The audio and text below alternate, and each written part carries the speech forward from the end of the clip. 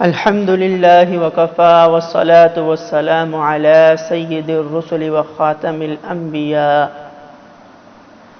قربانی کس پر واجب ہے؟ کسی بھی شخص پر قربانی واجب ہونے کے لیے ان شرائط کا پا جانا ضروری ہے۔ اگر یہ ساری شرائط اس شخص میں پائی جائیں گی تو اس پر قربانی واجب ہوگی، اور اگر ان میں سے ایک بھی شرائط اس شخص پر نہیں پائی جاتی، کسی شخص پر نہیں پائی جاتی، تو اس پر قربانی کرنا واجب نہیں ہے۔ پہلی شرط کہ قربانی کرنے والا مسلمان ہو، کافر پر قربانی واجب نہیں ہے۔ دوسری شرط صاحب نصاب ہو۔ تیسری شرط عاقل ہو۔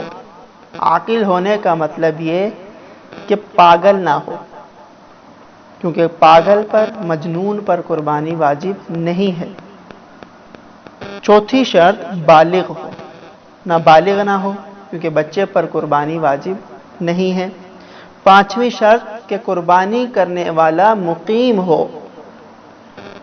اگر قربانی کرنے والا مسافر ہے